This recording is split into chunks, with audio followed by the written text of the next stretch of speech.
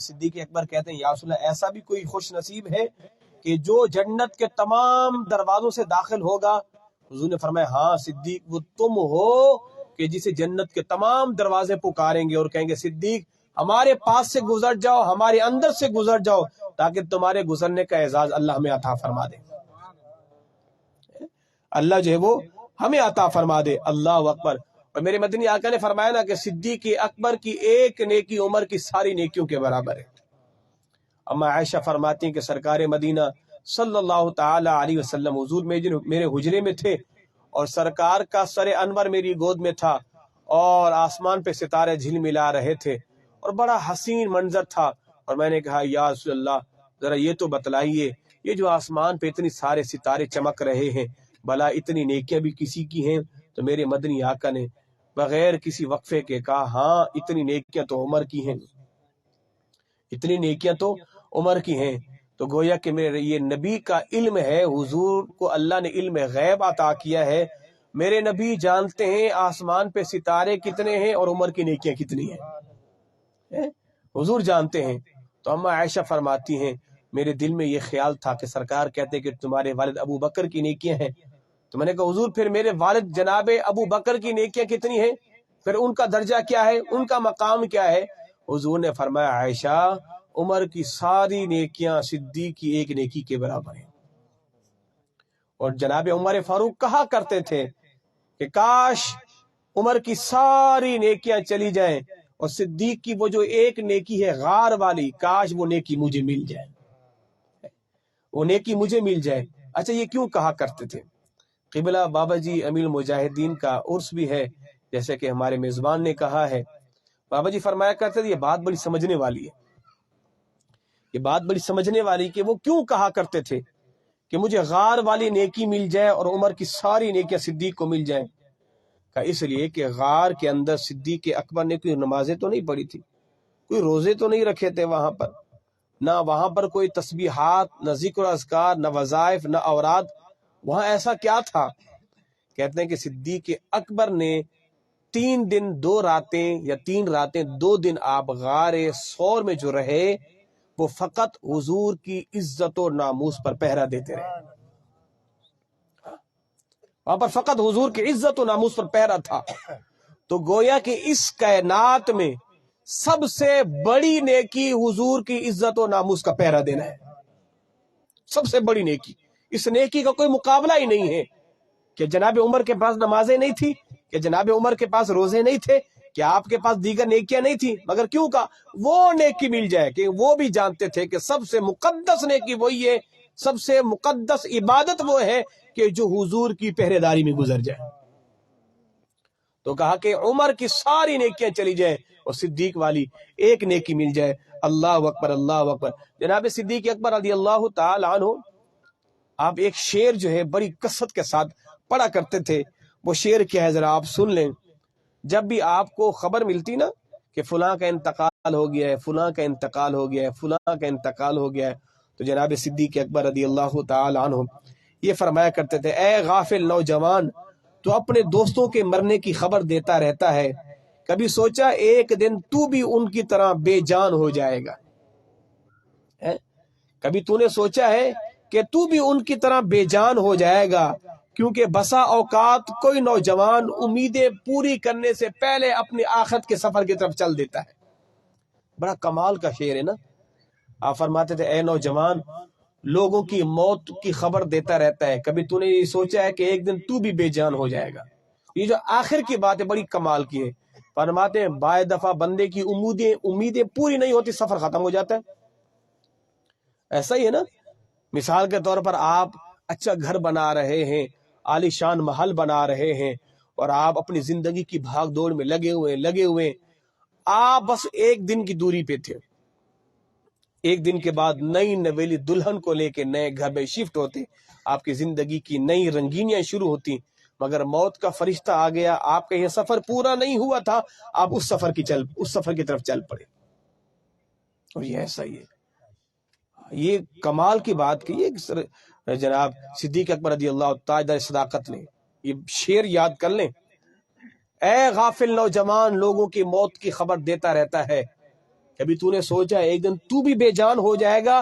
بسا اوقات امیدیں پوری نہیں ہوتی، سفر ختم ہو جاتا ہے۔ بسا اوقات امیدیں پوری نہیں ہوتی، سفر ختم ہو جاتا ہے۔ اس کو اپنے دل کی تختی پہ لکھ لیں۔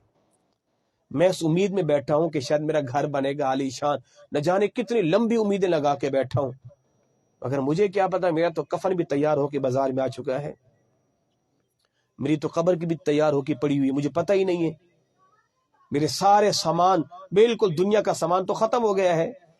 تا فرمایا کرتے تھے اے غافل نوجوان، جیسے صدیق اکبر رضی اللہ تعالیٰ رحم دل تو تھے، حضور نے فرمایا نا میری امت میں سب سے زیادہ رحم دل، رقیق القلب صدیق اکبر کی ذات ہے، ان سے بڑھ کر کوئی رحم دل نہیں ہے، کوئی مہربان نہیں ہے میری امت کے لیے۔ جب کسی کا انتقال ہوتا نا، صدیق اکبر رضی اللہ تعالیٰ عنہ کی یہ عادت کریمہ تھی، لوگ چلے جاتے، آپ اس مرنے والے کی قبر پہ کھڑے ہو جاتے اور دعائیں کرتے اور کہتے پروردگار ان لوگوں کو کیا پتہ اس کے ساتھ اب ہونے والا کیا ہے، اور کہتے پروردگار اس کی بخشش فرما دے، اس کی بخشش فرما دے، اس کی بخشش فرما دے۔ ماں باپ چھوڑ کے چلے آتے، صدیق اکبر کھڑے ہو کے اس کے مغفرت کی دعا کرتے،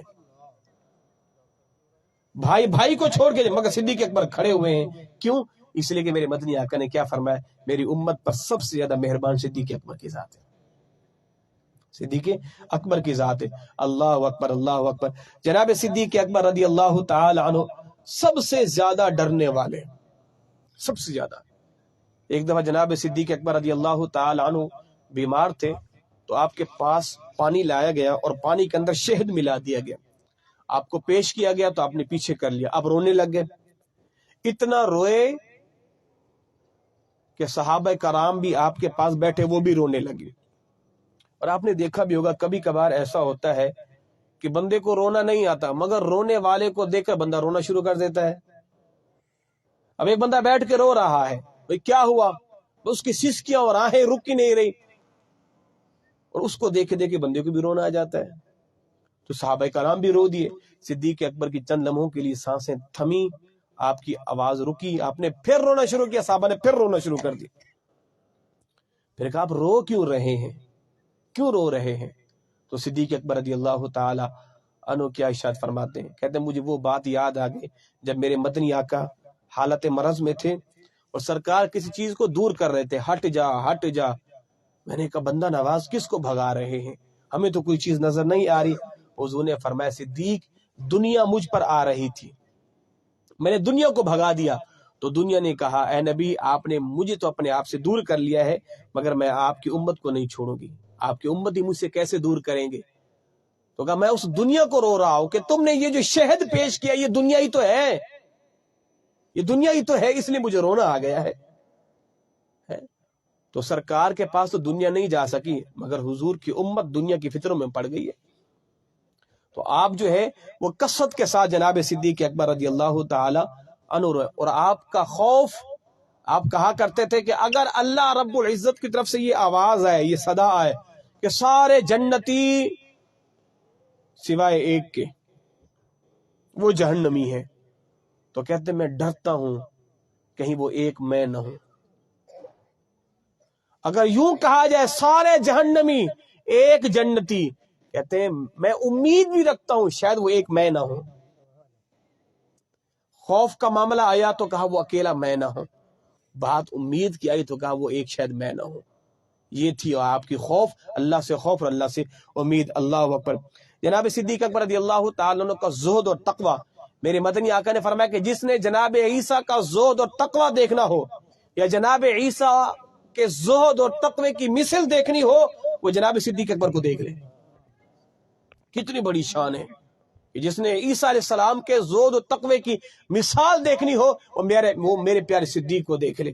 اللہ اکبر، اللہ اکبر۔ جناب صدیق اکبر رضی اللہ تعالیٰ عنہ ایک مرتبہ اپنی زبان کو پکڑ کے کھینچ رہے تھے، اور جناب عمر حضرت یہ کیا کر رہے ہیں، اور اپنی زبان کو کھینچتے تھے، زبان پہ سختی کر رہے تھے کہ کیوں کر رہے ہیں؟ جناب صدیق اکبر کیا بولتے ہیں، اے عمر اس زبان نے مجھے کئی ہلاکتوں میں ڈال دیا ہے۔ اور میرے مدنی آقا کا فرمان ہے جب صبح ہوتی ہے نا تو سارے اعضائے بدنیاں زبان کے سامنے ہاتھ جوڑ کے کھڑے ہو جاتے ہیں، کہتے ہیں دیکھ پگلی تو نے ہمیں پھنسوانا نہیں ہے، تو نے ہمیں مروانا نہیں ہے، اس لیے کہ گالی زبان دیتی ہے، پٹتی پیٹ ہے۔ گاڑی زبان دیتی ہے پٹتا منہ ہے. تو سارے اعضاء کہتے ہیں دیکھ تو نے ہمیں ہلاکت کی جگہ نہیں ڈالنا, تو نے ہمیں ہلاکت کو. جناب صدیق اپنے زبان کو پکڑ کے کھینچ رہے ہیں اور کہہ رہے ہیں اس زبان نے مجھے کئی ہلاکتوں میں ڈال دیا ہے. ڈالا کہیں نہیں تھا مگر یہ آپ کا خوف خدا اور عز ان کے ساری تھی. اللہ اکبر اللہ اکبر. جناب صدیق اکبر رضی اللہ تعالی عنہ, آپ کو کیا چیز محبوب تھی؟ آپ اگر مجھ سے پوچھیں جناب آپ کو کیا چیز پسندیدہ ہے, تو میں منہ کھولتے فوراً کسی دنیا کی چیز کا نام لوں گا, کیونکہ جناب یہ کی نمازی کی محبت کرنے والا ہے, اس کو جو ہے ذرا لگاؤ ٹیکا. جی اس نے بھول کے پوچھ لیا امام صاحب بتاؤ آپ کو کیا پسند ہے یا آپ کی کیا خواہش ہے؟ اور صدیق اکبر رضی اللہ تعالی عنہ, میں قربان جاؤں میں قربان جاؤں. آپ کو پسند کیا تھا؟ آپ کو گرمیوں کے روزے رکھنا پسند تھا. سردیوں کے روزے چھوڑتے اور گرمیوں کے روزے رکھتے, یعنی گرمیوں کے روزے اور سردیوں کی نمازیں نفل نمازیں. اور بزرگان دین فرماتے ہیں وہ بندہ ہلاکت میں ہے کہ جو سردیوں میں تہجد کے لیے اٹھتا نہیں ہے. اچھا ویسے ایک تجربہ ہے, سب سے زیادہ نماز پڑھنے کا مزہ سردیوں میں آتا ہے. ایک اپنا ایک وہ تجربہ ہے, اس لیے کہ اس میں بندہ پرسکون ہوتا ہے, اور سردیوں میں اٹھ کے نوافل پڑھنے کا تو پھر مزہ ہی مزہ ہے. فرمایا کہ وہ بندہ تو ہلاکت میں کہ جو سردیوں کے تہجد نہ پڑھے, یہ علماء کہتے ہیں. اور جناب صدیق اکبر آپ گرمیوں کے روزے رکھا کرتے, کہتے ہیں مجھے گرمیوں کے روزے بڑے پسند ہیں. اور جناب صدیق اکبر فرماتے ہیں جب سے میں مسلمان ہوا ہوں نا, میں نے کبھی پیٹ بھر کے کھانا نہیں کھایا. اور پوچھا جاتا کیوں؟ کہتے ہیں کہ جب بندہ پیٹ بھر کے کھانا کھاتا ہے نا تو پھر عبادت میں مزہ نہیں آتا. عبادت میں لطف, عبادت کا مزہ بھوکے پیٹ ہے. وہ آپ اس کا مشاہدہ آپ سبھی کر چکے ہیں, وہ رمضان المبارک کی عظیم گھڑیاں. ویسے بندہ نماز نہیں پڑھے گا, قرآن کی تلاوت نہیں, پتہ ہے کہ آدھا گھنٹہ رہتا ہے روزہ افطار کرنے کو, کتنا جھوم جھوم کے تسبیح پڑھ رہا ہوتا ہے, کتنی جھوم جھوم کے قرآن کی تلاوت ایک ایک لفظ کو آرام آرام سے پڑھ رہا ہوتا ہے. اس کو نماز میں لطف آ رہا ہوتا ہے, قرآن کی تلاوت میں لطف آ رہا ہوتا ہے, دین کی باتیں سننے میں مزہ آ رہا ہوتا ہے. کیوں؟ اندر معدہ خالی ہے. اس لیے امام غزالی علیہ رحمہ فرماتے ہیں کہ بھوکے پیٹ عبادت کا مزہ ہے. جب بندہ پیٹ سیر ہو کے کھاتا ہے نا, عبادت میں مزہ نہیں آتا, عبادت میں لطف نہیں آتا. اس کی وجہ کیا ہے کہ جب آپ پیٹ سیر ہو کے کھاتے ہیں نا, آپ کا نفس آپ پر حاوی ہو جاتا ہے, اور سب سے زیادہ شیطان اس پر حملہ کرتا ہے جو پیٹ سیر ہو کے کھاتا ہے. اچھا پیٹ سیر ہو کے کھانے والے کو نا خیالات بھی بہت آتے ہیں, اس کو گندے خیال بھی بہت آتے ہیں. پیٹ سیر ہو کے کھایا ہے نا, اس لیے میرے مدنی آقا نے فرمایا نا کہ جو نکاح کی طاقت رکھتا ہے وہ نکاح کرے, اور جس کو نکاح کی طلب تو ہے مگر طاقت نہیں ہے کہ اس کو چاہیے وہ روزے رکھے. نفس کو مارنا ہے نا تو روزے رکھو, نفس مر جائے گا کم بخت. جب پیٹ بھر جاتا ہے تو پھر دماغ کی چکی گھومتی ہے, پھر برے برے خیالات, پھر برے برے وسوسے. جب خالی پیٹ ہوتا ہے تو پھر بندہ ویسے اپنی بھوک میں مبتلا رہتا ہے, اس کا دماغ ہی نہیں چلتا. تو صدیق اکبر کیا فرماتے ہیں, مجھے گرمیوں کے روزے, مجھے گرمیوں کے روزے. اللہ اکبر. بات ختم کر رہا ہوں. جناب صدیق اکبر رضی اللہ تعالی عنہ کا فیض اور آپ کا فیضان اللہ ہم سبوں پر جاری اور ساری فرمائے. چند ایک باتیں امیر المجاہدین علامہ خادم حسین رضوی رحمت اللہ تعالی علیہ, میری مدنی آقا کا فرمان ہے فَإِنَّكَ مَعَ مَنْ أَحْبَبْتَ, جو جس سے محبت کرے گا قیامت کے دن وہ انہی کے ساتھ اٹھے گا. تو محبت اچھے لوگوں سے کیا کرو, محبت اچھے لوگوں کے مشن سے کیا کرو, اللہ تمہیں ان کی صحبت میں بھی اٹھائے گا. قبلہ بابا جی علیہ رحمہ, اللہ رب العزت کا ایک عظیم تحفہ تھا اس امت کے لیے کہ جنہوں نے اس کم عرصے کے اندر امت کے اندر بیداری پیدا کی ہے. امت کے اندر علامہ اقبال کا شعر ہے نا, بڑا کمال کا شعر ہے, ہزاروں سال نرگس روتی ہے اپنی بے نوری پہ, بڑی مشکل سے ہوتا ہے چمن میں دیدہ ور پیدا. ہزاروں سال نرگس روتی ہے اپنی بے نوری پہ, اور بڑی مشکل سے ہوتا ہے چمن میں دیدہ ور پیدا. تو ایسے لوگ صدیوں بعد پیدا ہوتے ہیں. اللہ کس سے کیا کام لے وہ تو مالک کی مرضی ہے, مگر رب نے اس بابا سے کیسا کام لیا. وہ گمنام شخصیت سرکاری مسجد کے خطیب، کون انہیں جانتا تھا؟ مگر رب جسے اپنے دین کے کام کے لیے چن لیتا ہے تو پھر مالک اسے اوج سریا سے بھی بلند و بالا عظمتیں، بلندیاں عطا فرما دیتا ہے۔ بھئی دیکھو نا، غازی علم الدین شہید رحمت اللہ تعالی کون تھا؟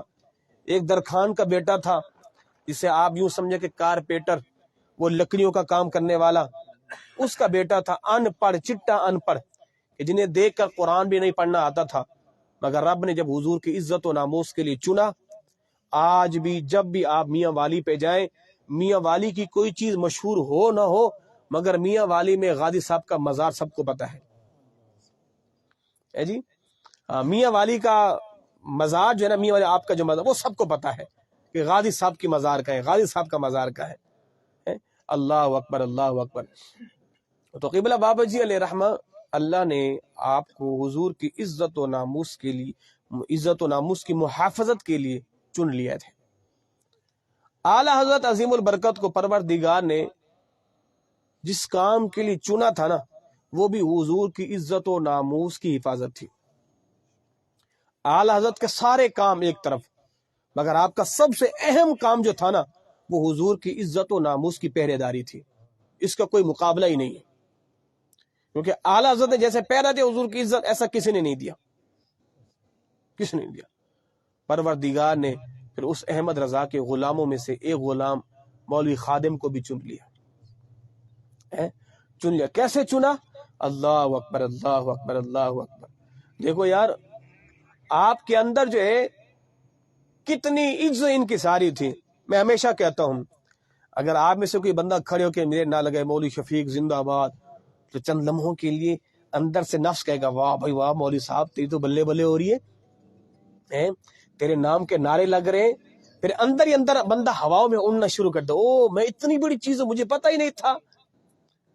مگر وہ اتنے بڑے ہو کے بھی کہتے تھے ہم تو کچھ ہے ہی نہیں۔ وہ لوگوں نے کہا مولوی خادم حسین رضوی زندہ باد، فرمایا خدا کے بندے چپ کر جاؤ، مولوی خادم کے نعرے نہیں لگاؤ، کتوں کے نعرے نہیں لگائے جاتے، نعرے ہمیشہ مالکوں کے لگائے جاتے ہیں۔ ہم تو کتے ہیں، کتوں کے نعرے، مالکوں کے نعرے لگاؤ، اس لیے کہ جب جن کا کام ہم کر رہے ہیں وہ ہمیں کبھی بھی آسرا نہیں چھوڑیں گے۔ مٹا دے اپنی ہستی کو اگر کچھ مرتبہ چاہیے، کہ دانا خاک میں مل کر گلے گلزار بنتا ہے۔ مٹا دو حضور کے نام پر اپنے آپ کو، پھر دیکھو تمہیں وہ شہرہ ملے گا، تمہیں وہ عزت ملے گی، تمہیں وہ بلندی ملے گی کہ کائنات کے لوگ یوں تکتے رہیں گے۔ کیسے تکیں گے؟ سیدی اعلی حضرت نے ایک شعر کہا ہے، حاجیو آؤ شہنشاہ کا روزہ دیکھیں۔ وہاں پر آپ نے سرکار کے عظمت پر ایک شعر کہا ہے، اس کا مفہوم مجھے یوں یاد ہے۔ آپ فرماتے ہیں کہ اس کریم رحیم آقا کو اللہ نے شان ایسی دی ہے کہ جس طرح تم بلند و بالا عمارت کو دیکھتے ہو نا، تو اپنی ٹوپی کو تھام کے دیکھتے ہو کہ ٹوپی گر نہ جائے، کہیں ٹوپی وہ گر نہ جائے۔ تو اس طرح حضور کی عزت و ناموس کو دیکھنا ہے تو دل تھام لو، اللہ نے اتنی بلندیاں عطا کی ہیں۔ پروردگار نے اس بابا کو بھی ایسی عظمت اور ایسی بلندی عطا کی ہے، اگر دیکھنا ہو تو پھر ٹوپیاں تھام کے اس کی عظمت، اس کی بلندی کو دیکھو۔ کیا ہے؟ جب تک بکے نہ تھے کوئی پوچھتا نہ تھا، آقا آپ نے خرید کر انمول کر دیا۔ جب تک بکیں گے نہیں سرکار کے نام پر، انمول نہیں ہوگے۔ انمول تبھی ہوں گے جب بک جائیں گے۔ وہ بابا بک گیا تھا، پھر کیسا انمول ہو گیا، کیسا انمول ہو گیا، کیسا انمول ہو گیا۔ لوگ تو آج ان کی نسلوں کے بھی پاؤں کو چومنے کی سعادت سمجھتے ہیں، ان کی نسلوں کو۔ وہ مالک ہے بھائی جس کو چن لے۔ مگر یاد ہے سب سے اہم کام، بابا جی فرمایا کرتے تھے، وہ محفل نہیں ہے جس میں حضور کی عزت کی بات نہ کی جائے۔ وہ محفل نہیں ہے۔ نماز کا درس ہو، حضور کی عزت کا بھی درس ہو۔ نماز کے مسائل، روزے کے مسائل، حضور کی عزت پر بھی گفتگو ہونی چاہیے۔ جب تک سرکار کی عزت و ناموس کا درس نہیں ہوگا، وہ محفل ہی نہیں ہے۔ آپ کے جتنے بھی بیانات دیکھ لیں، شروع سے لے کر آخر تک حضور کی عزت، حضور کی عزت، حضور کی عزت، حضور کی عزت۔ آپ فرمایا کرتے، پنجابی کا شعر ہے، کوئی یار دی گل سنا ملا، نہ لمبے پینڈے پا ملا، نہ علماں وچ پھسا ملا۔ کہتے ہو مولوی یہ علموں میں نہیں پھنسا، یہ منطق، یہ فلسفہ ہے، ان جزیات کلیات میں نہیں، سرکار کی بات کر، حضور کی بات کر، حضور کی بات کر، حضور کی بات کر۔ کوئی یادی گل سنا ملا. اللہ اکبر. تو پروردگار نے پھر اس بابا کو کیا مقام دیا، کیا مقام دیا، کیا مقام دیا. اس بابا نے کبھی اپنی کرامات بیان ہی نہیں کی. 6 مہینے جیل میں رہ کے آئے تو لوگ امیدیں لگا کے کھڑے تھے، اب بابا آئے گا سنائے گا میرے پاس جیل میں فلاں نبی ہے، فلاں صحابی ہے، سرکار نے کرم کیا وغیرہ وغیرہ. لوگوں کی امیدیں تھیں، اور اس میں کوئی بعید بھی نہیں ہے.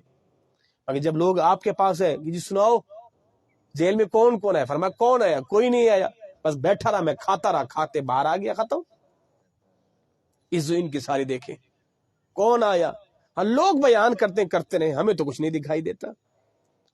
آپ کے بیٹے نے کہا چلے جی حضور کی بارگاہ میں عمرے پہ چلتے ہیں. کہ خدا کے بندے میں کون سا منہ لے کے جاؤں عمرے پہ؟ حضور کے خاکے بن رہے ہیں، حضور کے نام پہ فلمیں بن رہی ہیں، اور میں اپنا منہ لے کے جاؤں سرکار کے سامنے؟ حضور میں آ گیا آپ کی بارگاہ میں. حضور نے پوچھا تو منہ لے کے ادھر آ گیا ہے؟ میرے خاکے بنتے رہے. تو حضور کو کیا جواب دیں گے؟ دیکھیں یہ جو کشتا ہے نا، کشتا عشق شمع رسالت، یہ اللہ کسی کسی کو عطا کرتا ہے. جس کو عطا کرتا ہے پھر وہ انمول موتی، انمول ہیرا بن جاتا ہے. اللہ کا شکر ہے، ہم بھی اپنی نسلوں سے کہیں گے کہ اللہ نے ہمیں بھی اس بابا کی صدی عطا کی تھی جس نے کئی صدیوں کو بیدار کر کے چلا گیا ہے. ہم بھی اس بابے کی نشست میں رہیں گے، ہم بھی اس بابے کی صحبت میں رہے تھے، اور بھائی آمنے سامنے نہیں، روحانی طور پہ تو رہے تھے. ہم نے اس بابے کی بیانات بھی سنے. وہ ہمارے ایک موزن صاحب کہہ رہے ہیں کہ ایک دن کہنے لگا کہ میرے لیے بھی اعزاز کی بات ہے، اور مجھے کہنے لگے کہ یہ اعزاز مجھے آپ نے دیا ہے. میں نے کہا وہ کون سا اعزاز ہے؟ کہتے ہیں ایک دم وہ بابا جی کراچی آئے تھے، کوئی جلوس تھا، کوئی استقبال تھا، تو سارے لوگ جا رہے تھے، تو آپ نے مجھے کہا تم بھی جاؤ. تو کہتے آپ نے مجھے بھیج دیا تھا، آپ نے کہا میں اذانیں دوں گا تم چلے جاؤ. تو کہتے اللہ نے مجھے بھی یہ اعزاز بخشا کہ جس ریلی میں بابا جی کی قیادت تھی میں بھی وہاں شریک ہو گیا ہے، میں بھی وہاں شریک. اللہ نے مجھے بھی یہ اعزاز بخش دیا. یارو جو ریلیوں میں جائیں وہ اپنے لیے اعزاز سمجھے، تو پھر ان کے لیے کتنا بڑا اعزاز ہوگا کہ جو اس بابا کی سرپرستی میں فیض آباد کی سرزمین پہ ٹھنڈی ہواؤں پہ بیٹھے رہے. بھائی یہاں تک تو ہم نے پڑھا ہے نا، ہمارے بچوں نے پڑھا ہے جی اس کتاب کے اندر، قیامت کے دن وہ علماء بھی شفاعت کروائیں گے کہ جن علماء کو وضو کے لیے بولو پانی لا کے دیا جائے گا. لوگ کہیں گے حضرت مولوی صاحب ہم نے آپ کو وضو کروایا تھا، لوٹا بھر کے لائے تھے، آپ ہماری بھی شفاعت کروائیں. تو ان کے لیے وہ علماء شفاعت کروائیں، وہ جو اس بابا کے مشن پہ کھڑے رہیں، حضور کی عزت و ناموس پر پہرا دیتے رہیں، تو کیا ان کی شفاعت نہیں کی جائے گی؟ اللہ اس بابا کی تعلیمات پر ہمیں چلنے کی توفیق عطا فرمائے. حضور کے عشق میں اتنا گم، اتنا فنا. ایسے تو نہیں کسی نے کہہ دیا فنا فی خاتم النبی، ایسے تو نہیں کہہ دیتے. آج تو کسی کو فنا فی شیخ بھی کہنا بڑی بات ہے، بھی شیخ میں فنا ہے. کیسے فنا ہے؟ کہ شیخ کا اس پہ رنگ چڑھا ہے؟ کیسے فنا ہو گیا ہے؟ اور لوگوں نے کہتے فنا فی خاتم النبیین، شیخ تو شیخ، یہ تو نبی کی محبت میں فنا ہو چکے ہیں، حضور کی محبت میں فنا ہو چکے ہیں. اللہ اکبر، اللہ اکبر. بابا جی ایک جملہ بڑا کہا کرتے تھے، میں ہمیشہ وہ یاد رکھتا ہوں. آپ فرماتے تھے دیکھو ہمارے ساتھ کھڑے ہو جاؤ ورنہ پھر تمہیں ہمارے جیسے بھی نہیں ملیں گے. یہ آپ کہا کرتے تھے دیکھو آج ہمارے ساتھ کھڑے ہو جاؤ ورنہ کل کو تمہیں ہمارے جیسے بھی نہیں ملیں گے. اور ایک یہ بھی فرمایا کرتے تھے جس نے حضور کی عزت و ناموس پر پہرا نہیں دیا وہ ہمارے مخالف بنے رہے، قیامت کے دن میں ان کی جا کے شکایت لگاؤں گا حضور کو، میں ان کی جا کے شکایت لگاؤں گا، حضور یہ جو لوگ تھے ہمارے ساتھ کھڑے نہیں ہوتے تھے، الٹا انہوں نے ہماری مخالفتیں کی تھی. پھر وہ دن کتنا ہولناک دن ہوگا ہے. اللہ قیامت کے دن ہمیں اس بابا کا قرب نصیب فرمائے. درود شکریہ اللہم صلی اللہ.